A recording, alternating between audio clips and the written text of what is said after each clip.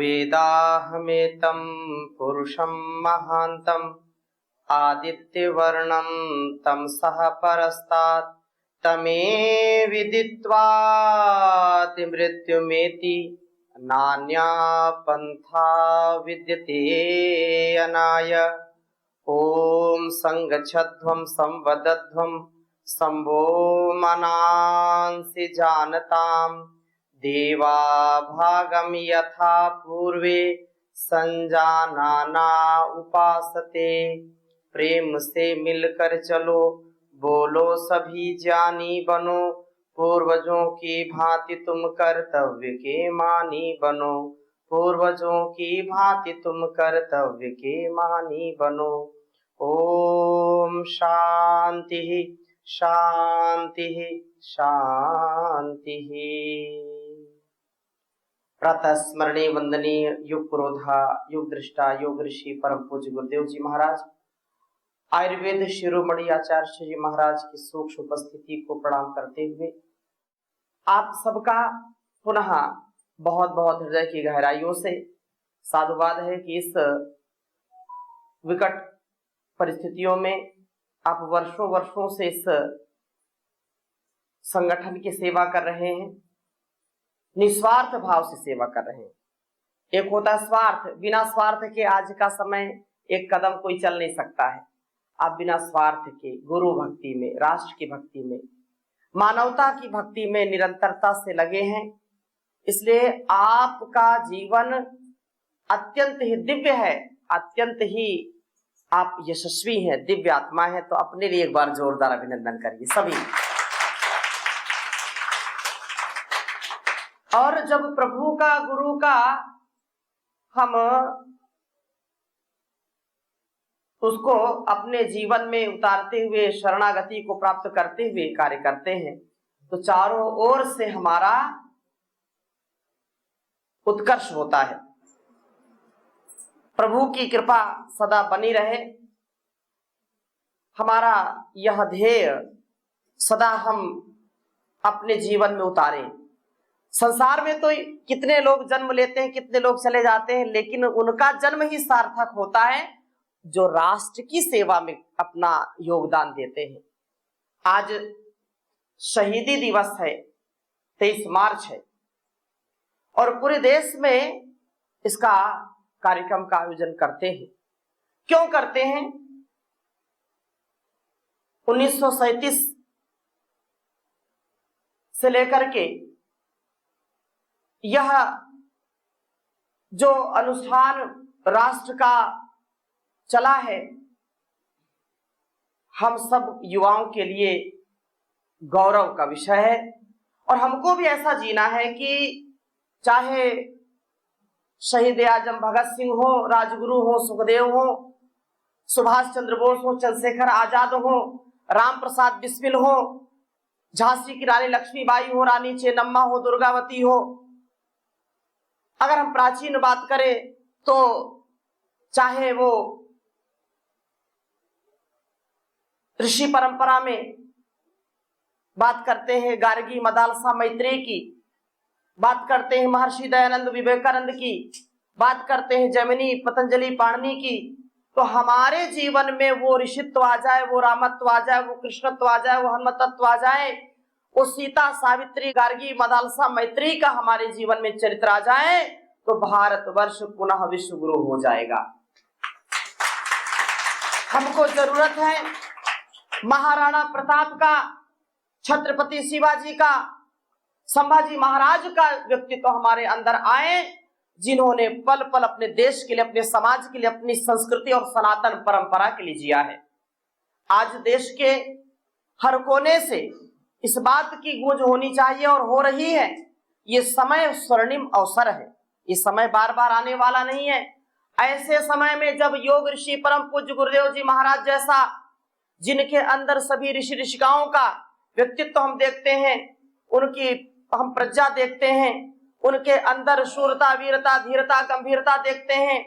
जो हमारे सभी स्वतंत्रता सेनानी, हमारे सभी जो वीर वीरांगनाओं का जो उत्कर्ष हमने अपने जीवन में, अपने चरित्र में हमको उतारना, वो हमारे गुरु में हमको जब दिखाई पड़ रहा, तो उसका हम प्रतिरूप बन करके इस मातृभूमि की सेवा के लिए आगे बढ़े। और आप ऐसा वर्षों से कर रहे हैं, दशकों से कर रहे हैं, जहां पर बिना स्वार्थ के कोई अपना बेटा और बेटी भी सहयोग नहीं करते, साथ नहीं देते। आज आप सब प्रकार से सेवा में लगे हैं। आपका शारीरिक, मानसिक, आर्थिक, सामाजिक जो भी आप सहयोग कर सकते हैं, गुरु ने, ईश्वर ने जो आपको सहयोग और सामर्थ्य दिया है, उसके लिए आप सदा उद्यत हैं। इसलिए आप सच्चे अर्थों में देवता हैं। देवता वो है जो देता है, अपने जो भी उसको मिला है वो देता है, बांटता है। 100 मिला तो 1000 बांटने का वो प्रयास करे तो सच्चे देवता है। नहीं तो संसार में लोग लेवता बनते हैं, लेने वाला लेवता, देने वाला देवता। तो देवता से हमारा देवत्व से युक्त जीवन हो और प्रभु की, गुरु की शरणागति प्राप्त करके हमको सदा ही अपने घर परिवार का उत्कर्ष करना है। अपनी दिव्य भावनाओं से अपने घर परिवार को भी इतना सुंदर और सफल बनाना है कि हमको बाहर की जो कुसंगति है, जो दुर्विचार है, दुर्व्यवहार है, वो हमको छू भी ना सके। हमारा जो चरित्र निर्माण है, व्यक्तित्व निर्माण है, अगर हम अपने आप को गुरु की शरण में रख करके और योग की शरण में रख करके योग सेवा को अपना करके यदि हम जीवन जिएंगे, तो याद रखना कि परम पिता परमेश्वर जो साक्षी है हम सबके कर्मों का, अंदर से बाहर और संसार के किसी भी कोने में, किसी भी हाल में, किसी भी काल में हम जो कार्य करते हैं, तो याद रखना जब हम योगमय जीवन जीते हैं तो कभी हम बदहाल नहीं हो सकते, कभी हम बुरे हाल, फटे हाल नहीं हो सकते। हर हाल में हम खुशहाल रहेंगे, हम समता को प्राप्त होंगे, नम्रता को प्राप्त होंगे, क्षमता को प्राप्त होंगे। हमारा यशस्वी जीवन दूसरों के भी जीवन को प्रकाशित करने वाला होगा। और प्रभु तो जो सदा ही विद्यमान है, वो सदा ही हमारा ध्यान रखता है। हम बस यंत्र बन के कार्य करें। हम संसार के षड्यंत्र में फंस जाते हैं, हम संसार की उलझनों में फंस जाते हैं। हम याद रखें कि हम उस परम पिता परमेश्वर के यंत्र हैं, और जिस प्रकार से प्रभु ने हमको जीवन दिया है, कितना सुंदर, सफल, कितना यशस्वी हमको जीवन दिया है, और ऐसा हम अनुभव प्रतिपल करें। अपने कर्मों से, मन से, वाणी से, शरीर से, और जो कुछ भी दिया है ईश्वर ने, उससे निरहंकार भाव से हम सेवा करें। और सेवा ही एक ऐसा सफल उपाय है जो आपको धनवान बना देता है, आपको कभी भी दुखी नहीं बनाता। नहीं तो संसार में धन से कोई सुखी नहीं होता है। याद रखना, संसार में जिसके पास 1000 है उसको करोड़ चाहिए, करोड़ वाला अरब चाहिए उसको। संसार में जितनी सुख सुविधाएं हैं ये तो साधन के रूप में है। अगर हम सच्चे भक्त बन करके ईश्वर का जो है सानिध्य, गुरु का सानिध्य हम अनुभव करके कर्म करते हैं, तो हमको हर हाल में आनंद ही आनंद होता है, सुख, समृद्धि, यश, कीर्ति की प्राप्ति होती है। नहीं तो लोभ से युक्त व्यक्ति कभी सुख शांति नहीं पा सकता है।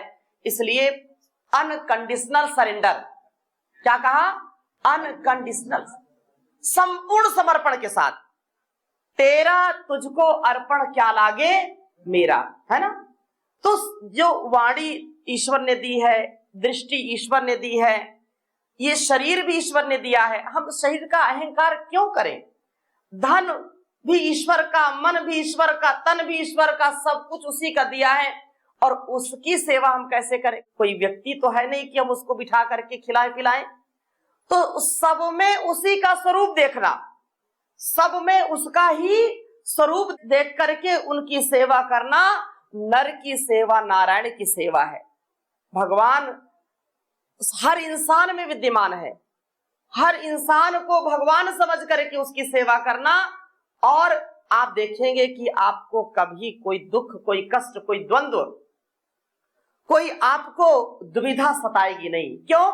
क्योंकि कोई हमने जो है मन में अहंकार ही नहीं पाला।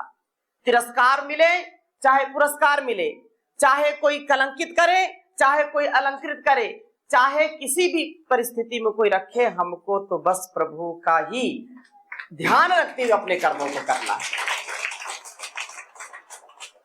वो सबसे बड़ा धन है। नहीं तो धन धरा के बीच ही सारा धरा रह जाएगा और पशु भी बंधे रह जाएंगे जब कुछ का वक्त आएगा। पत्नी भी तेरा साथ देगी गृहद्वार तक, मित्रगण मरगट के आगे मुंह नहीं दिखलाएंगे। देह भी तेरी चिता में यूं ही जल भुन जाएगी, बाद में सच्चा सखा तेरा धर्म ही रह जाएगा, स्वकर्म ही रह जाएगा। तुम्हारा धर्म, तुम्हारा कर्म ही तुम्हारा साथी है और संसार में कोई साथी नहीं है। हम बैठे हैं, हम साथ निभाते हैं, लेकिन एक उसकी सीमा है। मैं कितनी देर आपके साथ बैठ सकता हूं? बोलिए, कितने दिन तक आपके साथ रह सकता हूं? एक लिमिट है ना उसकी। उसका सम्मान तो करना है, परस्परता में रहना है। हम एक दूसरे के संबंधों में हैं, माता पिता के संबंध है, पति पत्नी के संबंध है, भाई बहन के संबंध है, बेटा बेटी के संबंध है, गुरु शिष्य के संबंध, ये सारे संबंध हैं। लेकिन ये संबंध हमारे जीवन को सदगति की ओर ले जाने के लिए है, हमारे जीवन को दिव्यता से परिपूर्ण करने के लिए है, लेकिन सदा रहने वाले नहीं है। सबसे बड़ा जो आलंबन है, सबसे बड़ा जो संबंध है, वो भगवान का संबंध है। आलंबन ईश्वर का लीजिए, आलंबन धर्म का लीजिए, आलंबन स्वकर्म का लीजिए, तो आपका जीवन देदीप्यमान हो जाएगा। और ये सबसे बड़ा धन है। जो संसार के इन भौतिक धन की जो कामना करते हैं, तो धन तो कितना भी कोई कमा ले, अंत में निधन को प्राप्त होता है। अंत में क्या होगा? उसको निधन मिलेगा।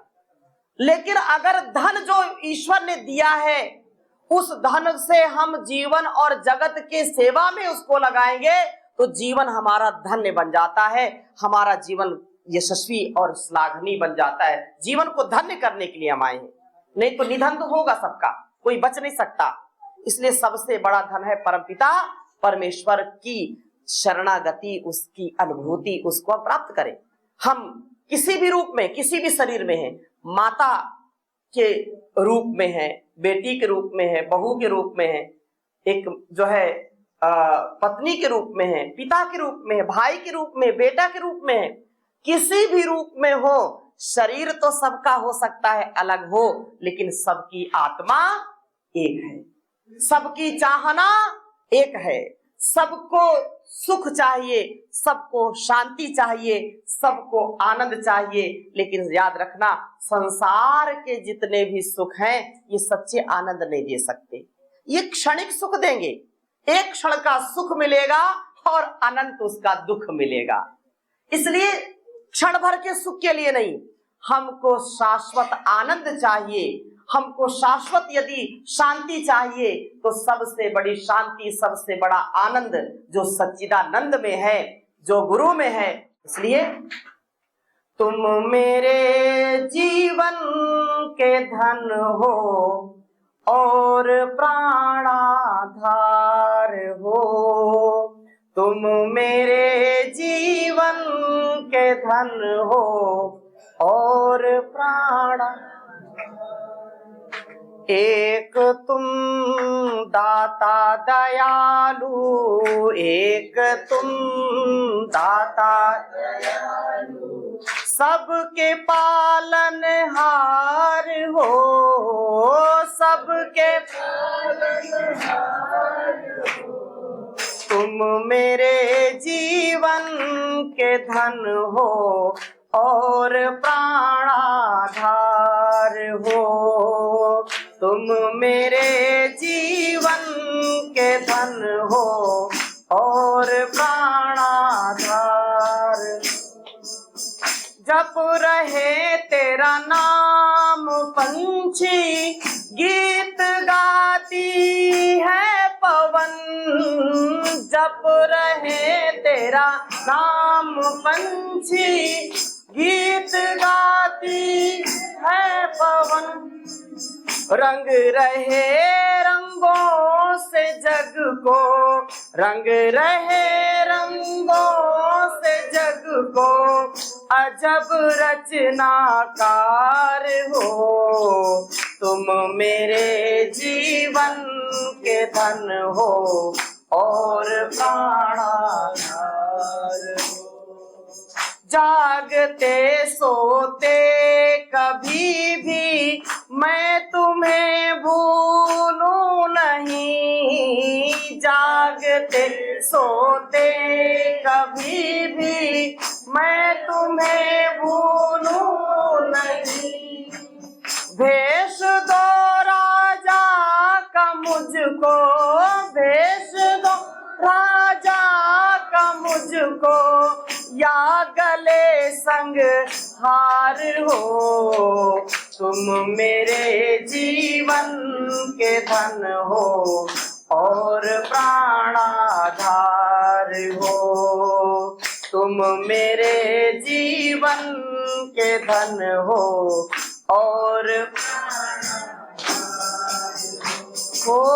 भर रहे धन धान्य से ही सबके तुम परिवार को, भर रहे धन धान्य से ही सबके तुम परिवार को, देते तुम थकते नहीं हो, देते तुम थकते नहीं हो, ऐसी तुम सरकार हो, तुम मेरे जीवन के धन हो और प्राणाधार हो, तुम मेरे जीवन के धन हो और हो। जिंदगी की नाव मैंने सौंप दी प्रभु आपको, जिंदगी की नाव मैंने सौंप दी प्रभु आपको, तुम डुबाओ या बचाओ, तुम डुबाओ या बचाओ, मेरे केवनहार हो, तुम मेरे जीवन के धन हो और प्राणाधार हो, तुम मेरे जीवन के धन हो और प्राणाधार हो। बोलिए सच्चिदानंद भगवान की, बोलिए सद्गुरु भगवान की। तो हम गुरु की और प्रभु की शरणागति में रहें। नो ईगो नो इग्नोरेंस, अपेक्षा और उपेक्षा से ऊपर उठ जाएं। अपेक्षा और उपेक्षा ही दुख का कारण है। हम जब अपेक्षा करते हैं अनावश्यक चीजों की, हम अपेक्षा करते दूसरों से सम्मान की, हम अपेक्षा करते दूसरे हमारी तारीफ करते रहे, दूसरों के द्वारा हम अपने लिए अच्छी अच्छी बातें सुनना चाहते हैं, और जब वो नहीं करता तो हम दुखी हो जाते हैं। हम अपेक्षा करते हैं जब दूसरों से, और वो अपेक्षा हमारी जब पूरी नहीं होती है तो ये दुख का कारण है। इसलिए भगवान कहते हैं कि अपने कर्म करो, कर्मण्येवाधिकारस्ते मा फलेषु कदाचन। कर्म तो करना पड़ेगा, लेकिन फल में यदि इच्छा तुम्हारी है तो दुख मिलेगा। और याद रखना, ये भी अटल सत्य है कि जैसा हम कर्म करेंगे फल भी वैसा मिलेगा, कोई माई का लाल बचा नहीं सकता। हम पानी पिए और प्यास बुझे ना, ऐसा हो नहीं सकता। हम भोजन करें और भूख मिटे नहीं, हो नहीं सकता। हम अग्नि में हाथ डालें और जले नहीं, ये हो नहीं सकता। अपवाद की बात अलग है, लेकिन भूख हो सकता है, भरपेट खाया 1 घंटे बाद लग जाए, लेकिन कम से कम 1 घंटे की तृप्ति तो हुई ना। हम भक्ति करें और मन शांत ना हो, हम योग करें और रोग समाप्त ना हो, ऐसा हो नहीं सकता। एक म्यान में तो 2 तलवारें हो नहीं सकती। सूर्य का प्रकाश हो और अंधेरा ना मिटे, ऐसा कभी हुआ है क्या? हम इस हॉल में बैठे हैं और ट्यूबलाइट जला दें और अंधेरा रहे, ऐसा होता है क्या? कभी कभी नहीं होता। इसलिए अपने कर्मों का सदा याद करते हुए, अपने जो श्रेष्ठ कर्म है या जो बुरे कर्म है, याद रखना उनका फल अवश्य मिलेगा। कोई भी संसार में उसको बदल नहीं सकता है, सदा ही। हाँ, कभी कभी किसी को लगता है अरे ये तो मेरे साथ गड़बड़ हो गया, मैंने तो कभी किसी का अहित नहीं किया, कभी किसी से कोई मेरी दुश्मनी नहीं रही, कभी मैं किसी का बुरा नहीं चाहता, फिर लोग मुझको क्यों बुरा मेरा चाहते हैं, मुझको क्यों ऐसे कष्ट मिल जाते हैं। तो याद रखना, जो कुछ भी जो शब्द मैं बोल रहा हूं ना, इनको अगर आप जीना सीख जाएं, आप जीते ही हैं, लेकिन जो शब्द मैं बोल रहा हूं केवल आपका ध्यान बांट रहा हूं उधर, आप उसको जो शब्द मैं बोल रहा हूं ना उसको जीना शुरू कर देंगे ना, आप जो है उसका कितना बड़ा प्रभाव होता है उसको आप समझेंगे। गलत चीजों की कभी अपेक्षा नहीं, और अपने से बड़ों के आदेश का, जो श्रेष्ठ ज्ञानी है, कोई बड़ा बोले कि ड्रिंकिंग करो, थोड़ा सा चोरी करके ले आओ, ऐसा करोगे क्या? नहीं करना, गलत नहीं करना। बड़े का मतलब ये है कि ज्ञान वृद्ध होना चाहिए, अनुभवी होना चाहिए, जो आत्म कल्याण खुद कर रहा है और दूसरों को भी आत्म कल्याण के लिए, राष्ट्र कल्याण के लिए प्रेरित करे। परम पूज्य गुरुदेव जी महाराज जो कहते हैं तो उनकी बातों में कभी हमको संशय नहीं करना, गुरु की बात पर संशय नहीं, बड़ों की बात पर, ऋषियों की बातों पर कभी संशय नहीं करना, वेद उपनिषद दर्शनों की बातों में कभी संशय नहीं करना, उनके उपदेशों की कभी उपेक्षा नहीं करना, उनकी कभी उपेक्षा नहीं करना, और गलत चीजों की अपेक्षा नहीं करना। हाँ, अब जो मन में बात आ जाए, अगर आत्म प्रेरणा हमको मिलती है कि हमको सही दिशा में जाना है, तो महर्षि दयानंद कहते हैं कि सबका आत्मा सत्य असत्य का जानने वाला। क्या कहा? सबकी आत्मा सत्य असत्य को जानने वाली है, लेकिन स्वार्थ में, क्षणिक सुख के कारण, अहंकार के कारण हम आत्मा की बात को दबा देते हैं। याद रखना, जब जब चार चीजें हमारे मन में, आत्मा में आए, भय, शोक, लज्जा, शंका, चार चीजें, क्या कहा? भय, शोक, लज्जा, शंका, जब जब ये चार चीजें हमारे मन में उत्पन्न होने लगे, उस काम को कभी भी नहीं करना। अच्छा ये बताइए, आप योग करते और कराते हैं तो कोई इनमें चारों चीजों में कोई चीज ऐसी आती है क्या? डर लगता है क्या? अरे कोई देख ना ले, अरे कोई कुछ कहे ना दे, ऐसा होता है क्या मन में? नहीं होता ना। डर नहीं, भय, शोक नहीं, अब करा करके अरे हमने क्यों करा दिया, अरे हमको योग नहीं कराना, कभी मन में आता है क्या? अरे इनको अनुलोम विलोम क्यों सिखा दिया, नहीं सिखाना चाहिए, ऐसा मन में कभी आया क्या? नहीं आया। भय, शोक, लज्जा, कोई शर्म लगती है क्या कराने में, इसको योग कराने में, ध्यान कराने में, किसी की सेवा सहयोग करने में कोई शर्म है क्या? नहीं है, कोई लज्जा नहीं। शंका, अरे इसको मैं जो है कराऊं, इसमें जो है पुण्य मिलेगा कि पाप मिलेगा, कहीं अधर्म ना हो जाए, ऐसा मन में आता है क्या? कभी नहीं आता ना। तो ऐसे काम में कभी इसकी उपेक्षा नहीं करनी, कभी इसकी उपेक्षा नहीं करनी, तो करना ही करना है, हर हाल में, हर काल में करना ही करना है। राष्ट्र का कल्याण करना है, राष्ट्र के लिए जीना है, संसार और संस्कृति के लिए, अपने जीवन और जगत के कल्याण के लिए जीना है, और जो ऐसा जिएंगे जन्म जन्मांतरों तक, उनको कभी भी कोई पश्चाताप नहीं होगा। याद रखना,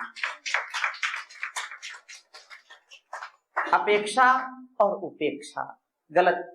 जो हमारे अंदर काम की, क्रोध की, ईर्ष्या की, द्वेष की प्रवृत्ति आ जाए, क्या आ जाए?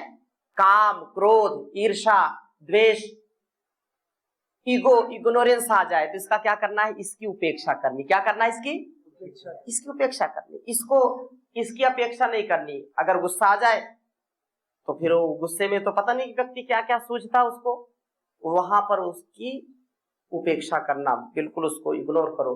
किसी के प्रति जो है राग द्वेष आ रहा है उसको कभी मन में नहीं रखना।